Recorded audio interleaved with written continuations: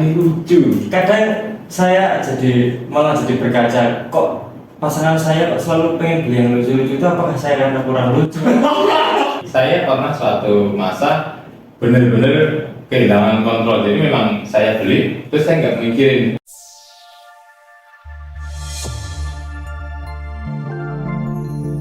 Oke, selamat pagi teman-teman semuanya. Baik lagi bareng sama kita dari Coach Shop We Grow You. Oke, kali ini kita mau lanjutin pembahasan dari buku Psychology of Money. Kita udah nyampe di bab 19 yang mana subjudulnya adalah All Together Now. Oke, sekarang kita bersama-sama. Mungkin kita udah hampir atau memang udah di penghujung bab. Jadi bab ini mungkin ada satu cerita dan disampaikan terkait kesimpulan-kesimpulan yang bisa kita ambil untuk bagaimana kita lebih bijak lagi terhadap finansial kita. Oke, ini saya ditemani oleh dua rekan saya. Mungkin boleh salah satu dari rekan saya ini mau speak up tentang bab 19 ini, kita diajarin apa sih atau diingetin tentang apa, isinya apa di bab 19 ini. Boleh salah satu? Oke, kalau di sini aku langsung dari contohnya aja sih. Setelah baca ini tuh aku dapat contoh itu banyak orang yang terjebak dalam gaya hidup mewah, di mana mereka bekerja keras untuk mendapatkan penghasilan lebih tinggi, tetapi kemudian menghabiskan semua penghasilan mereka untuk membeli barang-barang yang tidak mereka butuhkan.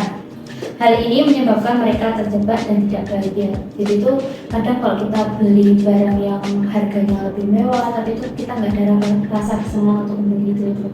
Nah ternyata kita kayak cuma menghabiskan uang karena kayak menuruti gengsi. Oke. Gitu. Kadang kayak kita butuhnya ini, tapi nanti kita dibeli ini gitu. Karena mengikuti gengsi itu tadi. Ya tentunya saya sendiri suka kayak gitu sih. Saya suka membeli barang-barang yang nggak saya butuhkan gitu loh. Gitu yang akhirnya nanti kayak oh ya saya nggak butuh, nanti nggak dipakai gitu. Kalau mau nanggepin sebenarnya kemarin juga ada di grup Semanggi, itu kan juga menarik juga. Jadi ada postingan dari rekan kita juga, Mbak Ratih.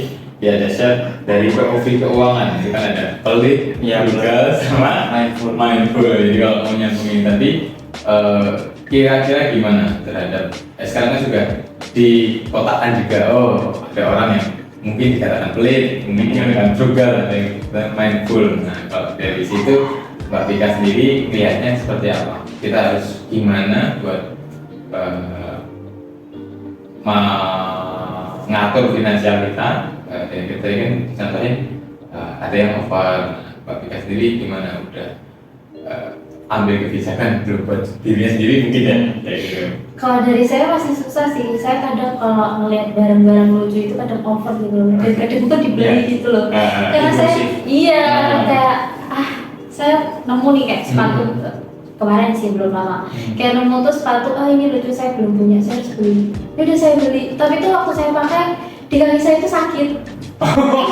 Kakinya itu tuh saya banget. Kalau harusnya tuh saya beli nggak cuma ngelihat dalam bentuk fisik, tapi itu harus rasa kenyamanannya juga gitu. Karena saya pakai itu sakit saat jalan, padahal jalannya tuh nggak lama, tapi itu sakit banget sampai merah-merah gitu nah. Gitu. Jadi kalau membeli sesuatu juga dilihat dari nanti kita tuh pakai apa enggak, terus rasa kenyamanannya kalau misal barang itu. Kalau mungkin buat menghabiskan buat uang dan beli makanan, menurut saya ya makan nanti bisa dikasih ke orang kalau nggak suka. Kalau barang pun kadang kalau nggak lucu tuh kita masih ada rasa nggak dulu lah, ini nggak saya kasih orang dulu karena ini masih sayang gitu, dan masih lucu gitu. Kan kemarin kalau disambungin kayak mindful itu kan belilah barang-barang yang lebih menitik beratkan ya kayak fungsi, nggak cuma estetiknya aja. Tapi kalau menurut Mas Imam gimana? Kan memang semua cewek itu kayak gitu sih. Kalau untuk secara fungsi ya nggak perlu sepatu sebenarnya nggak apa-apa, kayak sadar aja udah cukup. Tapi karena ini lucu, kadang saya malah jadi berkaca, kok pasangan saya kok selalu pengen beli yang lucu-lucu itu, apakah saya karena kurang lucu? Jadi itu justru menjadi introspeksi evaluasi bagi kita ya. Apakah kita tuh kurang menghibur cewek pasangan kita atau gimana sih kok sampai dia lihat sesuatu yang agak lucu di kita aja kok kayak heboh banget. Kalau Mas Imam ini ngerasa gitu juga nggak? Misalnya ada lihat apa yang sadar lucu gitu? Oh enggak sih. Saya ya apa ya lebih suka, kan saya termasuk orang yang jarang belanja juga. Itu karena memang kalau saya mau beli pertimbangannya emang bener-bener mateng. Jadi kayak lihat dari berbagai review, kalau udah misal saya udah tahu nih produk yang mau tak beli itu apa, saya tunggu lagi biasanya mungkin 5 hari sampai seminggu kayak gitu. Kalau saya masih pengen berarti oh ini kayak emang Gitu kan? ya kalau dari 3 hari aja kok ngerasa kok udah nggak pengen lagi, oh berarti kemarin itu mungkin cuman ya rasa atau godaan aja lah. Tapi nggak ada juga rasa kayak perempuan gitu yang pengen dibilang, ih kok apa? Oh sering kalau dia lihat jaket atau lihat sepatu juga gitu, oh ini kalau tak pakai keren ini. Wah, tapi ya jasanya sih. Ya karena ya di rumah kan juga masih banyak jaket kan. Secara fungsinya pun juga masih bagus semua, jadi ya nggak nyampe 3 hari aja udah jadi nggak pengen lagi. Kok bisa sih Mas Imam misalnya mungkin si X atau si Z kok nggak kayak gitu? Ikut homo kayak gitu. Apa yang mendasari si penasarannya kayak gitu? Biasanya sangat wajar kalau orang beda. Iya sih, tapi kalau ya ini jadi personal itu, jadi kata personal itu kan ya saya bisa dibilang harus menghidupi diri saya sendiri. Jadi udah bener-bener nggak bisa yang belanja itu asal belanja, tapi harus bener-bener pertimbangan ini. Ya kayak di bab 19 ini kan ada pertanyaan untuk gimana sih kamu mengelola duitmu sampai kamu bisa tidur nyenyak pada malam hari itu gitu. Nah saya selalu mencoba itu biar, karena ya saya tahu kalau masalah finansial itu kalau fatal ya bisa benar-benar mengganggu tidur kita kan. Ya selalu mempertimbangkan itu. Tapi pernah nggak sih ada kasus, contoh kalau saya dulu saya juga kayak gitu, lihat barangnya sekiranya saya lagi ngantongin duit bisa saya beli. Nah tapi saya pernah suatu masa bener-bener kehilangan kontrol, jadi memang saya beli terus saya nggak mikirin, oh ternyata saya masih ada jatah hidup di 20 hari lagi, tapi saya udah nggak punya duit. Ya itu bener-bener saya nggak bisa makan kayak gitu kan. Ya lu aku udah kerja masa aku masih utang dan lain-lain. Atau pernah ngerasain juga tuh memang nggak gitu, sudah sadar sendiri Mas? Kalau untuk hal-hal yang biasanya kita bisa perkirakan sih, saya bisa menanggulangi. Misal bulan depan saya mau servis motor, jadi aku harus save ekstra di bulan ini misalnya. Tapi ada beberapa hal yang emang kadang nggak terprediksi itu loh Pak. Jadi dan itu saya misal belum sempat nabung dan akhirnya saya juga harus pinjem gitu. Banyak sih. Setuju gak kalau ada kata-kata ya udah yang besok? Enggak sih. Asik. Oke. Langsung sih cepat, aku seneng kan. Oke. Gak bisa gitu. Kalau saya ya sampai umur berapa? 28 sekian juga masih ya udah bener sih bisa. Ya kalau untuk kasus-kasus kecil sih mungkin bisa, tapi kalau kasus besar ya gimana ya? Secara umumnya kan ya peradaban manusia itu bisa berjalan sampai sekarang itu karena nenek moyang kita dulu itu kan mikirin kita bisa kayak gimana memang, itu kasus yang paling besar. Ya kalau kasus kecil sih sebenarnya bisa diaplikasikan juga ya, kalau misal besok ya besok, tapi kalau sekarang kita nggak mikir ya besok kita malah jadi mikir ekstra kayak gitu. Keren sih, saya akui saat ini pinter banget ya, udah bisa musuh kayak gitu. Enggak ya mikir aja lah ya, memang kita memang ya kayak saya setelah 30 tahun ini ya kita dulu cuma buat mikir sedikit aja deh kan, buat cuma nulisin apa naskah, tapi ya kamu nggak mikir sama sekali buat belajar gitu. Good. Kalau dari Mas Aldi tadi kita sedikit spill di bab 9 ada pertanyaan kayak gitu, ada lagi nggak yang mungkin bisa disampaikan?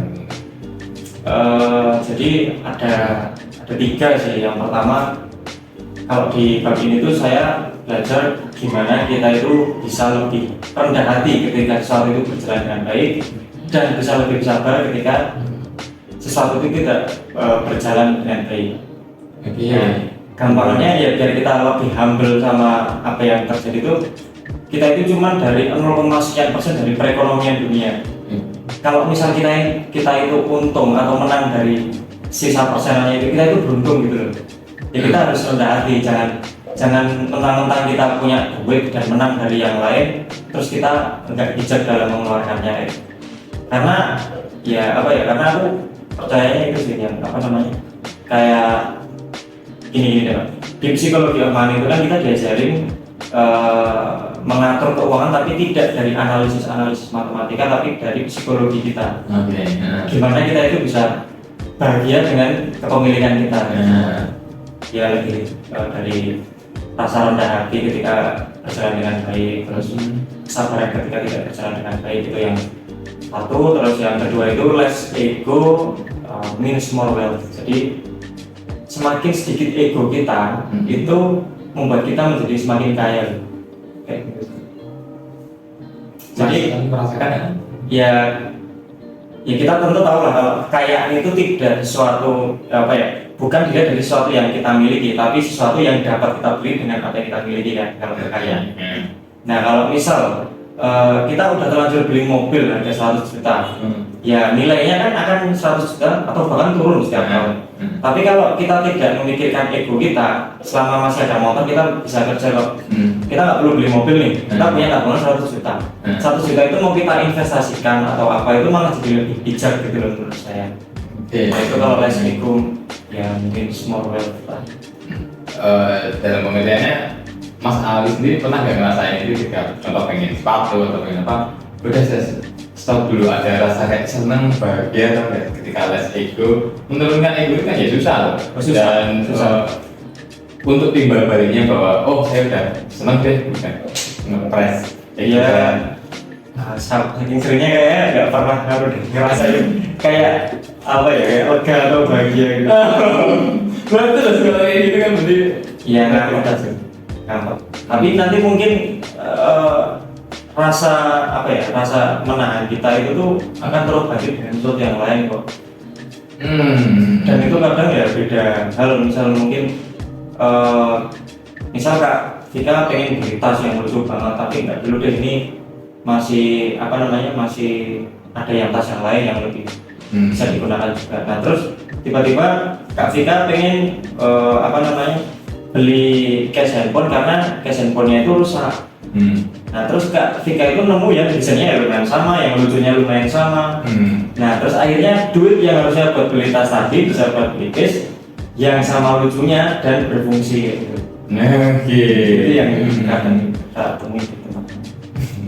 Kalau Kak Vika ada kayak gitu nggak? Kalau saya sih coba share dikit itu, last ego juga kita ngerem ego. Misalnya kita perokok, habis makan itu biasanya langsung merokok, ya. Nah dan ini mau coba dari diri sendiri pun juga pengen sebenarnya ini nggak baik, kita tahu bahwa ini nggak baik, dan ini yang menunjukkan dari ego kita. Kalau saya habis makan atau nongkrong 20 menit, biasanya saya habis 2 batang.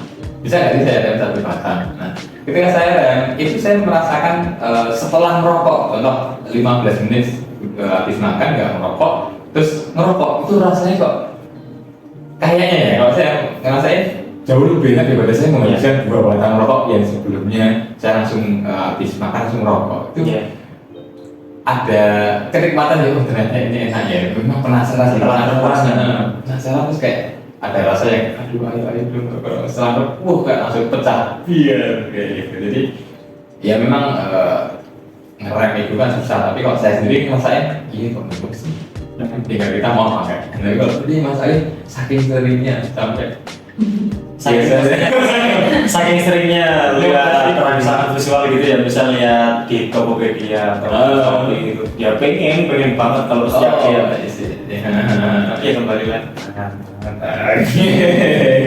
Kali kan ada nggak kayak gitu? Lebih banyak nggak bisa menahannya sih. Ya ada yang menahan.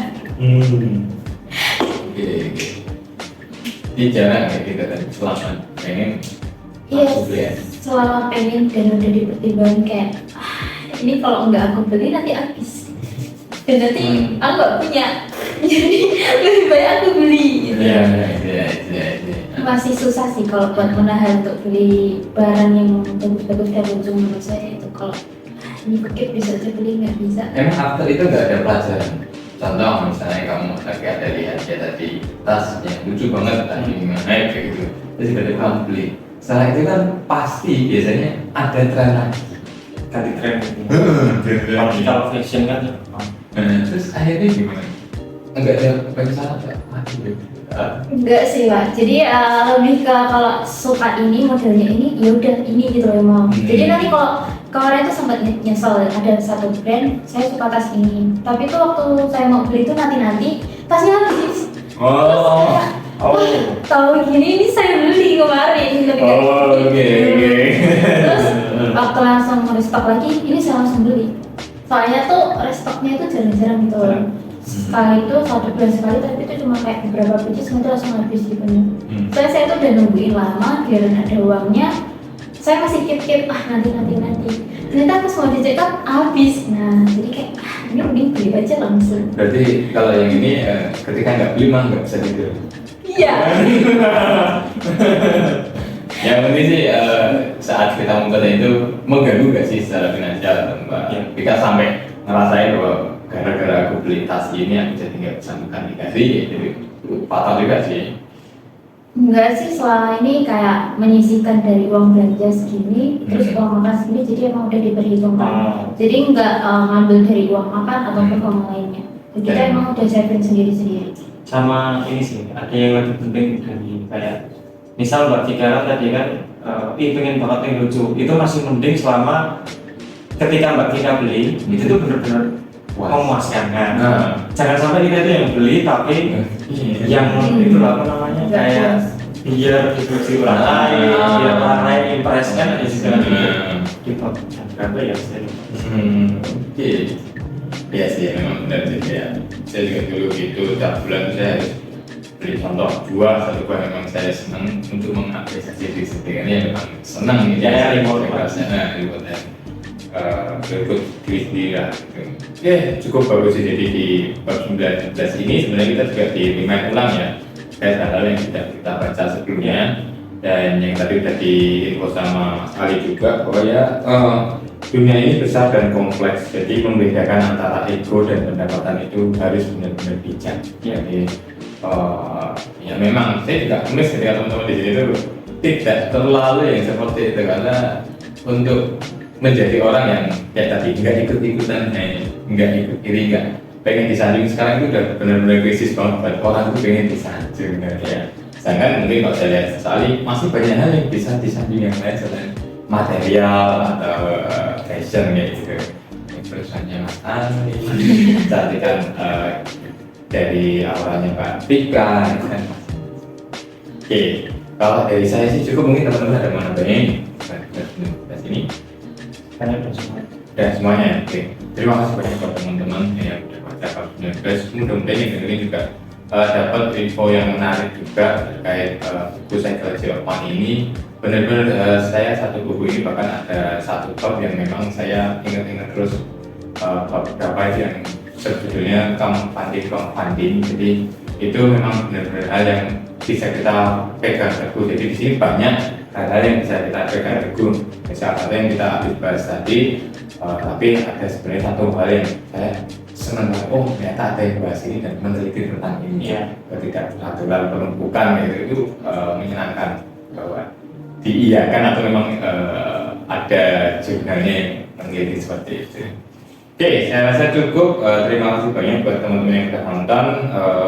Mudah-mudahan kita semua diberi kesehatan. Terakhir dari kami, kalau teman-teman punya usaha, utamanya buat UMKM, sekarang mungkin udah saatnya buat teman-teman malah juga bahwa di dunia usaha itu kalau nggak bagus-bagus banget, minimal ada upgrade. Jadi upgrade lah usaha teman-teman yang mana mungkin dulunya masih transaksi apa-apa manual, bisa langsung upgrade sedikit dengan membeli printer, karena dengan adanya printer kasir seperti itu bisa membuat customer bisa jadi lebih confident. Percuma kamu branding sebaik mungkin, tapi ketika orang datang ke kamu tidak terlihat confident, tidak terlihat sebagus di brandingan kamu. Oke.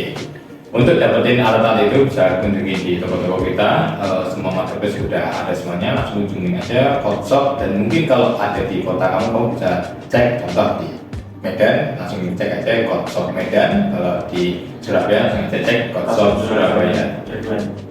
Nggak ada dua, ada Surabaya Barat dan Surabaya Timur. Oke, cukup sekian dari kami. Terima kasih. Wassalamualaikum warahmatullahi wabarakatuh. Kami Kocok, we go you go.